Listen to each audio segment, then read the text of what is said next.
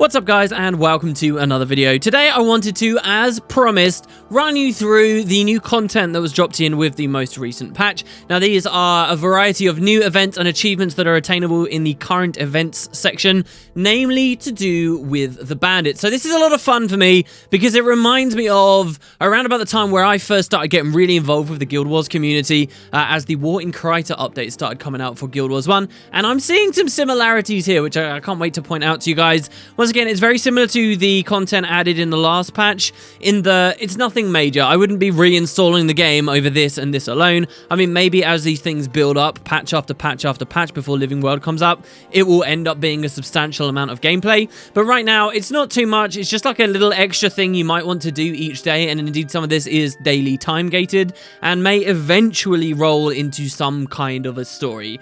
So we'll see. But as you may recall, as I mentioned in the previous video, the patch notes explained this, that there was suspicious activity, weird things going on with bandits. So bandits you don't see in too many places, and they haven't really had the spotlight in the story outside of raids, especially for a while. Bandits you're mostly finding in Krytan regions, and even at that, it's mostly the lower level Krytan areas. When we're talking about, say, Blood-Tide Coast, which is about as high level as it gets for the humans, you don't really find bandits there. Neither do you really find many bandits in Harathi hinterlands either. So this patch mostly takes place in Queensdale, Brisbane Wildlands, and Kessex Hills, though I suspect it will expand out a little more. So what do? Well, very similar to how in the previous patch, where now killing dragon minions sometimes rewarded you with a new trophy, a rare, unidentified lodestone, they've done something similar this patch. Now, as you kill bandits in those maps, sometimes they'll drop encoded orders. It's this rare thing, you can mouse over it, it says that it's something weird going on with the bandits. It's one of these items you can actually double click and it will pop you into the world map and it will say, hey, you should show this to the Shining Blade. So those totally out of the loop. Maybe you didn't play the human personal story. Maybe you haven't thought about the humans for a long time. But in Kryta, specifically around Divinity's Reach, there are a faction of humans called the Shining Blade that are primarily tasked with defending the Queen, defending the realm, but also with combating the White Mantle. Indeed, the Shining Blade were originally, way back in the time of Guild Wars 1, formed as a guerrilla faction to fight against the White Mantle from the neighboring Maguma jungle. And they still exist in that capacity to the modern day of Tyria. In fact, if you pick a very specific choice as a human in your character biography, a story I'd really recommend if you're looking for content to play and you haven't done it before, I'd recommend you go through and make a new character and try this out.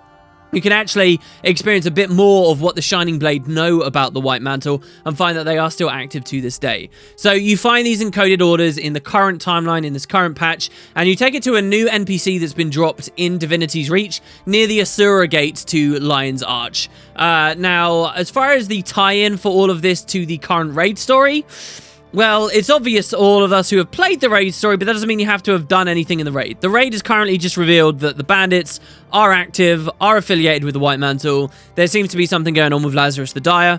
That's about where the raids are. And now it just so happens that we're finding a lot of the random bandits in the other maps have got these encoded orders, and that's pretty much it. So you don't have to worry too much about having missed out on a bunch of the plot because you haven't been playing the raids. That really isn't an issue. I mean, it's not that much content in the first place.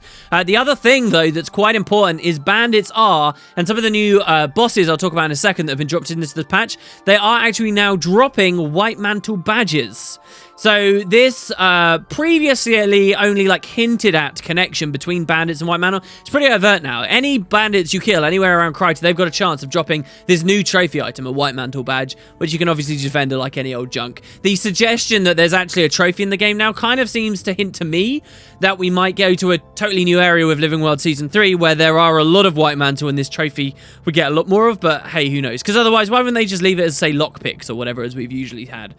Anyway, so you kill your bandits, you get your encoded orders, and you take it to this NPC in Divinity's Reach. This character is Roland, Shining Blade Agent Roland, I think is his name. I was a little disappointed here because I thought this was a great opportunity for ArenaNet to use one of those characters we met in the personal story. There were some Shining Blade we met. It would have been really cool to have had them come back, but this guy's just been sort of invented for the patch, sadly. But you talk to him, and he says, these orders seem to be pointing to such and such a place, and he'll throw up your map and he'll show you a general area in either Kessex Hills, Queensdale, or Brisbane Wildlands. And he says, maybe you should go check this area out. and, you know, interfere with what the bandits, the White Mantle, are trying to do. So that's what you go ahead for. Now, it's completely random where you are directed to go at this point. For example, I was sent to the north of Brisbane Wildlands, while the person I was playing with was sent to a different area a little bit further to the south, or could have been sent to Queensdale or anywhere. So you follow your map, you listen to the Shining Blade agent, and what you'll find ArenaNet's done is drop some crates into these maps at very specific areas, like unattended supplies. And when you press F on them, your character suggests that whoever left the supplies must still be around nearby. And this is what most of the patch is, really. By going near these crates, you realize that you're in the area where a new boss will spawn. And there are 5 new bosses that have been added. They're all on about 10 minutes timers, and you basically just wait around near these crates with a big group of other players, because obviously all the players have been sent to these different places too. You're going to stand around waiting for the boss to spawn. And unfortunately, I would say at this point, that's most of the patch, really. Just standing around waiting on the boss timer. See, it's on a 10-minute timer, but the bosses themselves aren't very tanky. So once they spawn, they can die very quickly, and then it's just waiting around. Once you kill this boss, it's fairly rewarding. It'll give you a champ bag and stuff. This is actually from these bosses specifically. You can get the White Mantle badges really easily. You kill the boss. The boss themselves, they're actually fairly apt at doing a lot of damage. They got some nice tails. From my time playing BDO recently, I've learned to appreciate even small encounters like this and how smoothly they can run in Guild Wars 2. They're kind of like very mini little world bosses. Nothing too difficult. They'll die. And should you kill the bandit that the Shining Blade person directed you to, you can now return to him, and bravo, there you go, you're done for the day. So there are 2 achievements specifically you can get. One, you can do on your first day, and that's to kill all 5 of the different bosses. And the other achievement is infinitely repeatable. I think it stacks to a total of 30 AP, which is pretty easy AP, by the way. It gives you some decent rewards. Both of these achievements are continuing to give people lots of Tyrian Mastery Point experience, which I actually really appreciate. Now, your average player, I think, who's done a lot of Fractals already has all the Tyrian Masteries finished. However, if, like me, you haven't got the core Tyrian Masteries finished, it's actually pretty fun to do these and pretty rewarding. But that's like your main reward. Now, the stackable one that you can do an infinite number of times, this is daily. So once you've handed in that first bounty, that's it. But after daily resets, you can go off and start it all again. Kill random bandits. They'll drop encoded orders. Take the encoded orders to the Shining Blade guy. He'll direct you randomly to one of the 5. Kill one of the 5. And there you go. And so that's your other achievement for a total of 30 AP in the end. It's just kind of like, as I said at the start of this video, another thing you can sort of do on top of your daily.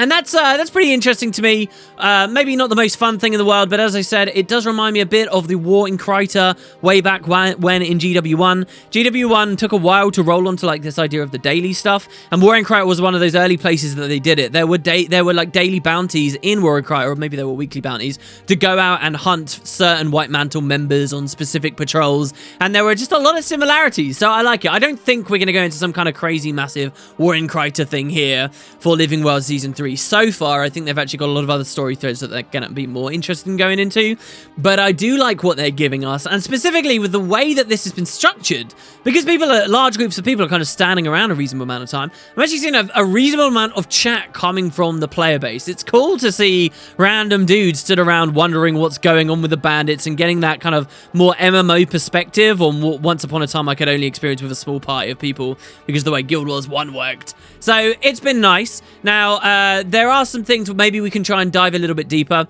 The 5 bosses, I do want to focus on them a little bit. Their names specifically. So one is called Zer the Venomous. One is called Vic the Iron. One is called Flira the Remorseless. You've got Errol the Silent and Ruyu the Crimson. I'm pretty sure I'm saying the last guy's name wrong. So I think what set me off to looking into this was somebody left a comment on the video earlier in the week saying, oh, these sound like Massart names from the Fire Island chain in GW1. I'm not seeing any real similarities there, but I did dig into the names. I did do a bit of a look. I don't think there's too much to read into it for us, guys. Most of the references I found in the franchise are anything related to this. These don't appear to be bandit names associated with anything we've seen in the raids or in any of the personal story or any of the Living World events that have gone on.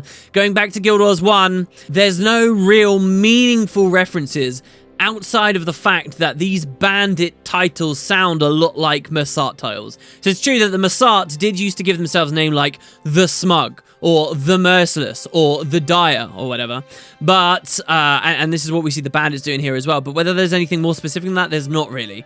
For example, this patch gave us Flira the Remorseless. She has one of the most close referenced characters in Guild Wars 1, where there was a Nepek the Remorseless, and you might think, oh, well, that's really exciting, except Nepek was a harpy from Elona. Yeah, I think it's just random. I think it's just a chance. There's also, in this patch, we've got Errol the Silent, and I found Augustov the Silent in Guild Wars 1. He was a random NPC collector, though. Like, he had no quests, no unique dialogue associated with him at all. Just dumped in the Crystal Desert, and he has an unspecified affiliation. Like, we don't even know what peoples he arrived to the desert with. He was just one of these lost civilizations that died there. Does this mean we're going to the Crystal Desert? I seriously doubt it. And then the other one that's pretty close is Rui the Crimson from this patch, where there was a Sonya the Crimson in Guild Wars 1, but that was a Norn, and she was a quest giver, and it was more a Norny thing that I guess Crimson relating to the blood of her slain foes. And then the next best thing you've got on that is what, the Crimson Skull, who were Canthan pirates. So yeah, I mean, you could read deep, oh, we're getting the Masart, we're going to the Crystal Desert, we're going to Elona, and we're going to Cantha all at once, or maybe ArenaNet just picked some cool sounding names, and that's about it. Well, I'll see. Maybe you guys have got some more speculation. I'll check that out in the comments. And that's pretty much it for the patch, guys. However, there is one other thing I'd like to mention, and that is that last time, when we had the Leyline events, something interesting did happen.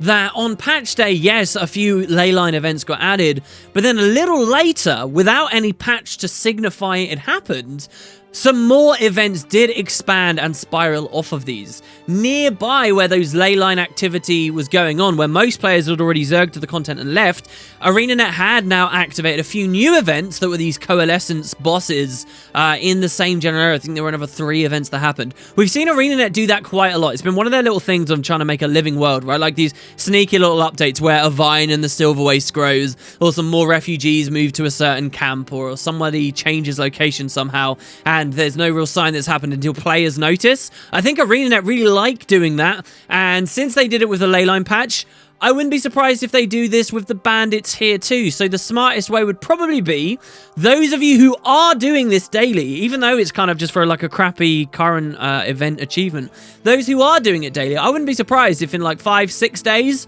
suddenly people are getting directed to new bandits in addition to these original 5, and new areas in addition to the original places that we're being sent to, and it will like naturally progress in that way. I wouldn't be surprised. We'll see, though. I'll keep you guys up to date as that goes on. But thanks very much for watching, guys. That's what the current new content is in the next patch. Is it enough for you just yet? Well, we shall see.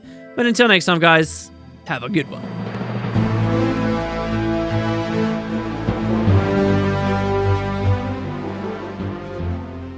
In their size, there's a little bit to touch on all 3 formats of the game, so let's just jump straight in. Now I will say unlisted, as in ArenaNet didn't put it on their official notes, there was a bit of a change to the UI for those of you who use a lot of shared inventory slots. I know this is a bit of a boring thing, but as you can see there, they now appear on their own row.